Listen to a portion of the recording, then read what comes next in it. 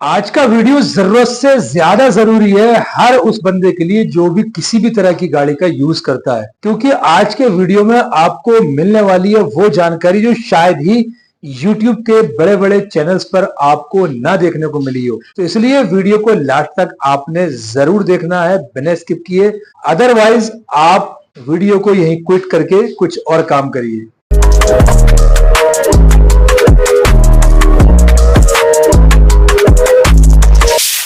जय हिंद साथियों, मैं हूं आपका दोस्त और आप देख रहे हैं यूसी टेक्निकल, जहां पे आपको मिलते हैं मोटर इंश्योरेंस रिन्यूअल और मोटर क्लेम से रिलेटेड IRDAI की गाइडलाइंस के अकॉर्डिंग हर एक केस के ऊपर जानकारी से भरपूर प्रैक्टिकल वीडियोस। मैं आपसे अपनी वीडियो में वही चीजें शेयर करता हूं जिसका कि प्रैक्टिकल मैंने खुद किया होता है। ये आप शायद अच्छी तरीके से जानते होंगे। इस बार मैं कहीं कोई सुनी सुनाई बात नहीं करता हूं। और आज की इस वीडियो का टॉपिक यही होने वाला है जो आपने थंबनेल देखा और उस पर क्लिक किया, यहाँ वीडियो पे आए देखने के लिए। तो आज की इस वीडियो में आपको बताऊंगा OEM पार्ट क्या है, नॉन OEM पार्ट क्या है, नॉन OEM पार्ट इंस्टॉल करवाते वक्त अपनी गाड़ी में किन चीजों का ध्यान रखना है, इंश्योरेंस करवाते टाइम किन चीजों का ध्यान रखना है और क्या स्टेप्स लेने हैं जो आपको फाइल्ड क्लेम डिनाई होने से आप बच सकें। बात तो सही है। सोचो कि अगर आपकी गाड़ी में फायर हो जाए, गाड़ी खड़ी है, अचानक गाड़ी में आग लग गई, आग लगने के बाद में गाड़ी का क्लेम अल्टीमेट किया आपने, सर्वेयर आया, गाड़ी का इनिशियल फोटो हुआ, इन्वेस्टिगेशन हुआ, उसके बाद में आपको कहा गया कि आपकी गाड़ी में नॉन OEM पार्ट की वजह से आपके क्लेम को डिनाई कर दिया गया है। उस कंडीशन में आप क्या करोगे? सबसे पहले तो आप ये समझ लो कि OEM पार्ट वो पार्ट होता है जो कंपनी फिटेड गाड़ी के साथ आता है, वो OEM पार्ट कहलाता है। और जो बाहर से अपन काम करवाते हैं, जैसे मान लो अलग से स्टीरियो लगवा लिया, LED फॉग लैंप्स लगवा लिए, हेडलाइट में कोई मॉडिफिकेशन करवा लिया, अलग से कोई एक्स्ट्रा हॉर्न लगवा लिए, या GPS लगवाया, या कोई बल्ब लगवाया अलग से और उसमें कुछ वायरिंग वगैरह की, तो इस तरह के जो पार्ट्स होते हैं उसको अपन नॉन OEM पार्ट्स कहते हैं, जो बाहर से करवाते हैं। तो इन चीजों में हमें कहाँ का ध्यान रखना है, नॉन OEM पार्ट लगवाते टाइम किन चीजों का ध्यान रखना है, OEM पार्ट्स और नॉन OEM में डिफरेंस कहां कहां हमने क्या स्टेप्स लेने हैं, प्लस इस तरह का कोई काम करवाया है तो क्लेम से रिलेटेड इंश्योरेंस अगर अपन रिन्यूअल करवाते हैं तब किन चीजों का ध्यान रखना है। ये सारी चीजें आपको समझने को मिलने वाली हैं आज की इस वीडियो में। तो अगर आपके साथ ये हो जाए, खड़ी गाड़ी में आग लग जाए या चलती चलती गाड़ी में आग लग जाए, कभी भी कोई सी भी गाड़ी हो आपके साथ, बाइक हो, कार हो, ट्रक हो, ट्रैक्टर हो, ट्राला हो, डंपर हो, कोई भी गाड़ी हो, चलती गाड़ी या खड़ी गाड़ी में आग लग गई, गाड़ी फायर हो गई, बुरी तरीके से खत्म हो गई, गाड़ी जल के भस्म हो गई बिल्कुल। इंश्योरेंस कंपनी ने कहा भाई गाड़ी टोटल लॉस है, लेकिन जब इन्वेस्टिगेशन हुई, इन्वेस्टिगेशन में जो इन्वेस्टिगेटर ऑफिसर होता है वो आता है और अपनी एक अलग ही रिपोर्ट निकाल के देता है कि भाई गाड़ी में नॉन OEM पार्ट्स इसमें इंस्टॉल करवाए थे आपने, उसकी वजह से शॉर्ट सर्किट हुआ है और गाड़ी आपकी नो क्लेम हो गई, इस वजह से आपको क्लेम नहीं दिया जाएगा। यहां आपने क्या करना है, इसको समझने से पहले ये ध्यान रखना है आपने कि इंश्योरेंस करवाते टाइम किन चीजों का ध्यान रखना है। इंश्योरेंस करवाने से पहले यह ध्यान रखना है आपने कि नॉन OEM पार्ट इंस्टॉल करवाते टाइम किन चीजों का ध्यान रखना। कभी भी अगर आप अपनी गाड़ी में काम करवाते हैं,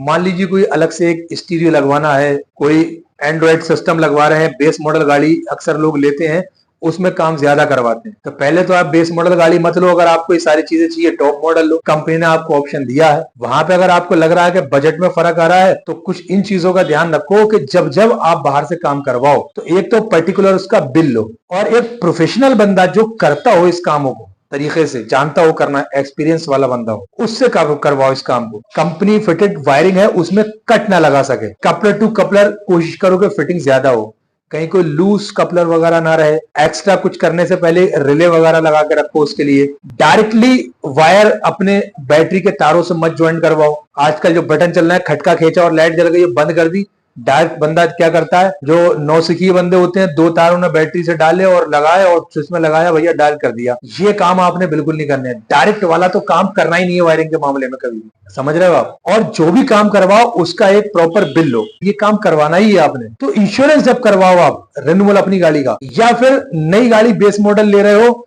और बाद में पता है आपको काम करवाने हैं, तो उसी टाइम इंश्योरेंस जब आप करवाओ तो उसमें बहुत ही ज्यादा कंपलसरी एड ऑन्स होते हैं, उनको आपने ध्यान रखना है। जीरो डेप तो होता ही होता है, इंजन प्रोटेक्शन हो गया, कंज्यूमर हो गया, RTI हो गया, प्लस इस तरह के केसेस को नॉन OEM पार्ट्स को कवर करने के लिए एसेसरीज, इलेक्ट्रिकल एंड एसेसरीज वाला जो एड ऑन होता है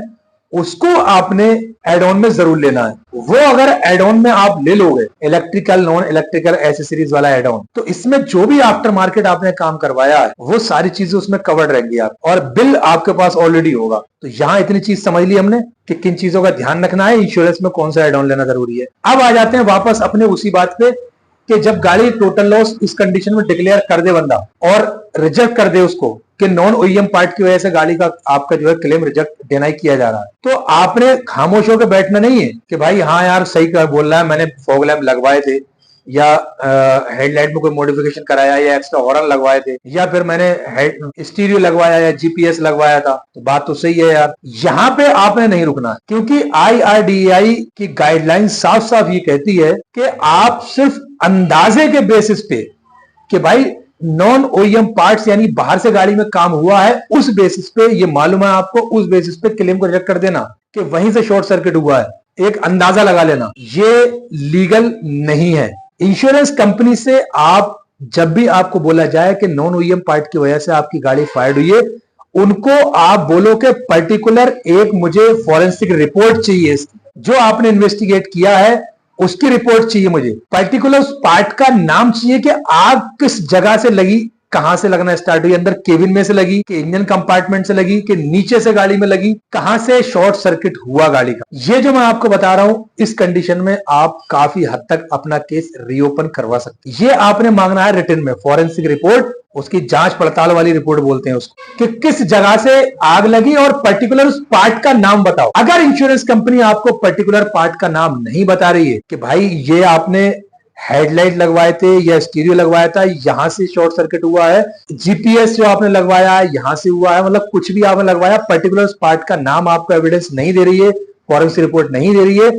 तो वहां पे आपके पास काफी सारे चांसेस होते हैं कि आप अपने केस को रिन्यूअल करवा सके। वो क्या करना है, आपने डायरेक्टली अपने सर्वेयर तक महदूद नहीं रहना, अपना जो आपका रीजनल हेड है इंश्योरेंस कंपनी का, वहां पे आप मेल करिए, वहां से अगर रिप्लाई नहीं आता है तो ग्रीवियंस पे आप मेल करिए, वहां से भी अगर नेगेटिव आता है तो IRDAI पे करिए। हालांकि ग्रीवियंस में 15 दिन के अंदर अंदर आपका प्रॉब्लम शॉर्ट आउट हो जाता है और 90% जो इंश्योर्ड होता है उसके हक में ही आता है इसका फैसला, क्योंकि ग्रीवियंस विभाग और आपका रीजनल हेड जो है वो दूसरा हो सकता है, इन्वेस्टिगेटर अपॉइंट कर दें या दूसरा सर्वेयर अपॉइंट करें। भाई गलती हो जाती है, इंसान है, कोई गॉड तो है नहीं जो गलती नहीं होगी किसी से, तो हो सकता है वही ना आए वो समझ में उनके, कोई उनसे और बेहतर बंदा इंश्योरेंस कंपनी जो है प्रोवाइड करे, आपको असाइन करे सर्वेयर वगैरह। तो जब वो बंदा आएगा तो हो सकता है कि आपकी सही रिपोर्ट आए और वो लगाए और आपका क्लेम रीओपन हो जाए। जब तक आपको कंपनी लिखित में ना दे, ये कंपनी का लूज पॉइंट, वीक पॉइंट है और आपके केस के लिए स्ट्रॉन्ग पॉइंट है। आप इसको ही बेस बनाओ और उनसे प्रॉपर सारी चीज रिटन में रिपोर्ट्स मांगो। अगर वो नहीं दे रहे हैं और ग्रीवियंस से भी नेगेटिविटी आ रही है तो 10 से 15 दिन में वहां से जवाब आ जाता है, हालांकि हफ्ते भर में ही क्लियर हो जाएगा। तो आप फिर अपना IRDAI पे जाइए, वहां मेल करिए इन सारी चीजों को उठा करके, सर ऐसी सी बात है और मुझे कोई प्रूफ नहीं दिया गया, एक अंदाजे के बेसिस पे कह दिया गया कि आपने जो है बाहर से काम करवाया था, इसलिए आपकी गाड़ी में जो है शॉर्ट सर्किट वहां से हुआ होगा और हम आपको क्लेम नहीं देंगे। IRDAI भी अगर 30 दिन के अंदर आपको रिप्लाई नहीं करती है और आपको लगता है यहां से भी रिजेक्ट का ही मसला सामने आया है, फिर आपको ये करना है कि ओम्बड्समैन पे आपने जाना है, वहां का दरवाजा खटखटाना है, वहां मेल करनी है ये सारे रिप्लाईज को उठाकर, और वहां से भी अगर नहीं बन रही है बात और आप फाइट करना चाहते हैं कानून के दायरे में रहकर, तो आप कंज्यूमर कोर्ट में भी फाइल कर सकते हैं केस को, क्योंकि इंश्योर्ड पर्सन का ये राइट्स हैं, अधिकार है कि वो इंश्योरेंस कंपनी से उस चीज को मांगे, एविडेंस मांगे कि भाई आप मुझे बताओ तो सही, अंदाजे के बेसिस पे कैसे इस क्लेम को रिजेक्ट कर रहे हैं। 90% केसेस ऐसे होते हैं जो अंदाजे से बोल दिया सर्वेयर ने, इन्वेस्टिगेटर ने, कि भाई बाहर से काम करवाया इस वजह से नहीं मिले। अरे भाई रिटर्न में तो दो, किस चीज की इन्वेस्टिगेट कर रहे हो आप, कैसे सर्वेयर हो आप? तो जब तक आप एविडेंस नहीं दोगे तब तक कैसे करके कोई मान लेगा भाई? तो ये बिना एविडेंस के आपने शांत नहीं बैठना है। 95% केसेस इस तरह से अगर अपन स्टेप बाय स्टेप चलते हैं तो वो रीओपन हो जाते हैं, और उन केस को हमने सेटल करवाते भी देखा है और करवाया भी है। कई नहीं, मतलब बहुत सारे केसेस ऐसे आए हैं जो इस तरह की मिस्टेक्स हुई हैं और केस रीओपन हुआ है और पूरा क्लेम मिला है विद आरटीआई एड ऑन के अकॉर्डिंग। अगर आपको इस तरह के केसेस में कोई हेल्प चाहिए तो डिस्क्रिप्शन में मेरा व्हाट्सएप का नंबर है, वहां जाइए, अपनी पॉलिसी भेजिए, अपनी प्रॉब्लम शेयर करिए व्हाट्सएप पे। मैं पूरी कोशिश करूंगा आपको पर्टिकुलर हर एक चीज फॉर्मेट में बना के देने की, जिससे कि आपका केस रीओपन हो सके। और वीडियो में अगर कोई बात समझ नहीं आई है तो कमेंट करके आप मालूम कर सकते हैं मुझसे। और सही लगा हो वीडियो, आपको लगा हो कि एक आध % में नॉलेजेबल बात कही गई है, तो एक लाइक करके वीडियो पे जरूर जाना। साथ ही चैनल पे पहली बार आए, चैनल को सब्सक्राइब कर देना, बेल आइकन वाला बटन दबाना बिल्कुल मत भूलना। साथ ही नोटिफिकेशन पे ऑल को सिलेक्ट करना,